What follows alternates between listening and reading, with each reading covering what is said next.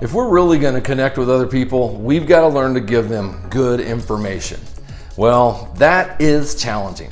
Let me share with you a quick Bible story. I want to read a passage out of Genesis, or as I like to call it, Kinesis. Okay, that's silly. Don't do that. All right. Jacob loved Joseph more than any of his other children because Joseph had been born to him in his old age. So one day, Jacob had a special gift made for Joseph, a beautiful robe. But his brothers hated Joseph because their father loved him more than the rest of them. They wouldn't say a kind word to him. One night, Joseph had a dream, and when he told his brothers about it, they hated him more than ever. Do you remember the story of Joseph and how that his father loved him and taught him that there's a place in the world for you, that I accept you, and there's acceptance for you, that there are people you can trust. He taught him that there can be love here and that we can love here. But then he had his brothers, and this is why we have trust issues, because there are people in our life who betray those things, that they don't love us, they don't accept us, and they're sending us another message. You don't belong here. There's no acceptance for you. We don't like you. And so understand that as we jump into this, we have trust issues legitimately. People have hurt us, not arguing that at all. But that doesn't change the fact that God put us here to love God, love others as ourselves. We have to consider ourselves valuable and worth knowing. We have to consider other people valuable and worth knowing. And we have to receive and know God's love as well. So how can we enter into these deeper relationships? How can we give people good information? How can we exchange what's true inside of us, which is hard for us to discover, and articulate it or communicate it to someone else? The Bible says in Ephesians 4:25, so stop telling lies. Let us tell our neighbors the truth, for we're all parts of the same body.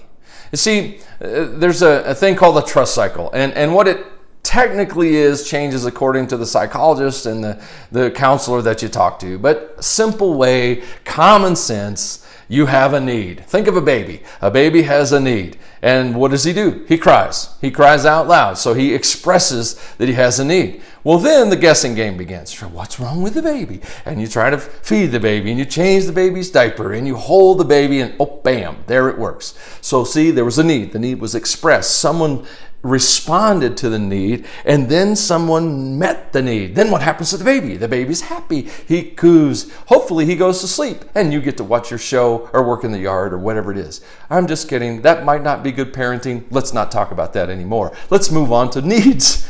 The problem with the trust cycle is it can break down at any point. You might not understand your need. You might not be able to express your need. No one may pick up on your need. No one may care to meet your need. And if that all happens, then you're not comforted. Anxiety begins to elevate in your life. You get stressed out. And the problem is, with all this anxiety, you have unmet needs. And what you need to stop doing is pretending like you don't have needs.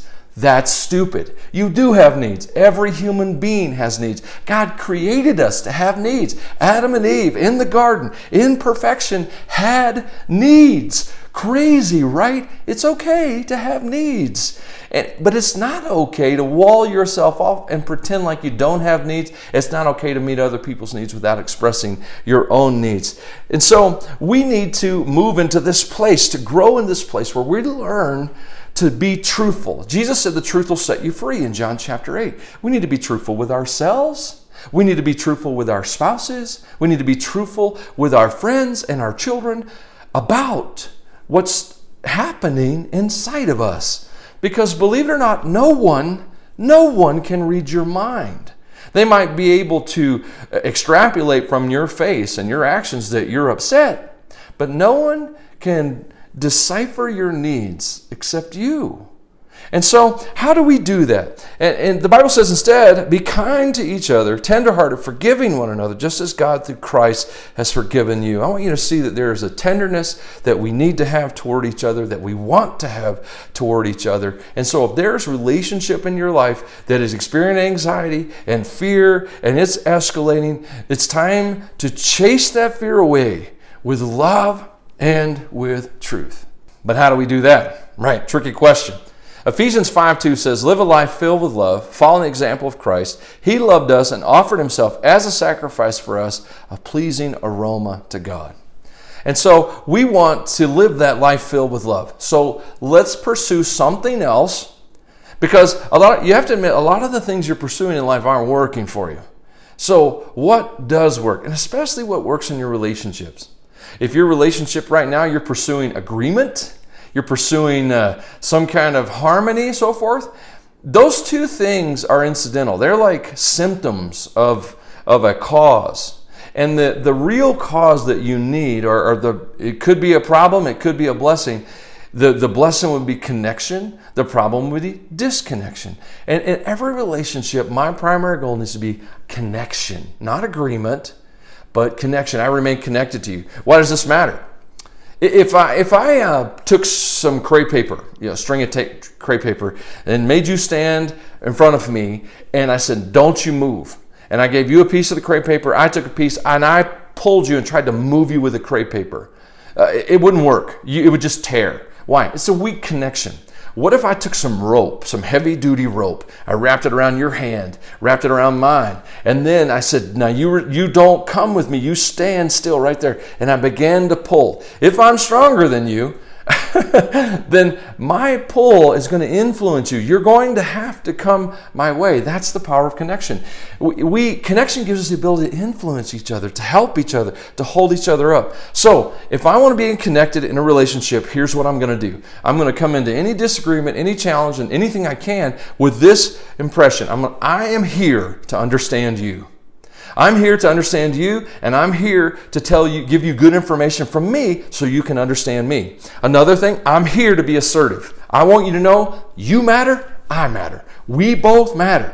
Your ideas, opinions, feelings, my ideas, opinions, feelings, they matter. So I'm here to be assertive. Another thing, I'm pursuing connection with you. I want to be in relationship. I want it so that when you pull, that I move. When I pull, you move. This is how I want this relationship to work.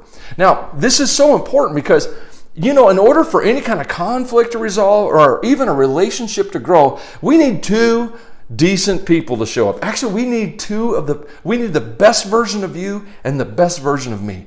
But if we're not connected, if we're angry, if there's anxiety escalating in our life, then we're not going to be, that best person isn't going to show up.